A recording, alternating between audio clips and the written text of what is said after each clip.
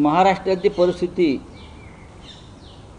त्यांच्या त्या so called महायुतीच्या बाबतीत म्हणाल तर या क्षणी तिकडे 7 मुख्यमंत्री आहेत. 7. देवेंद्र फडणवीस आहेत,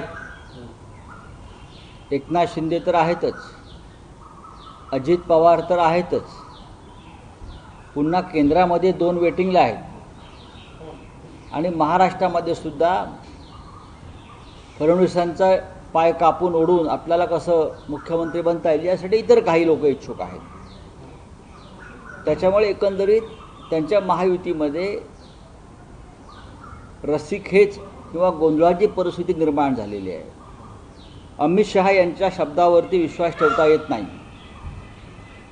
एकनाथ शिंदे हे 2024 नंतर सुद्धा मुख्यमंत्री राहतील अशा प्रकारचं एक स्टेटमेंट त्यांच्याकडनं मी ऐकलं होतं.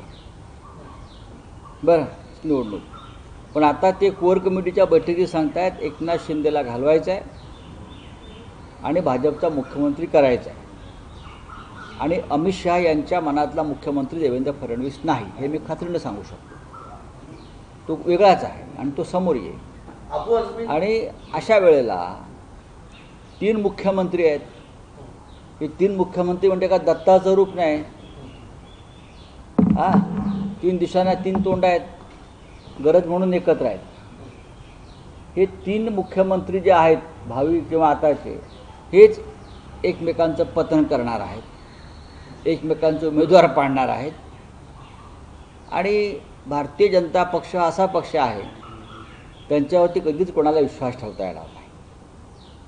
त्याच्यामुळे सगळ्यांनी एकमेकांपासून सावधान राहिलं पाहिजे आणि ते राहतील, कारण एकत्र राहणं ही त्यांची मजबुरी आहे, बाकी काही नाही.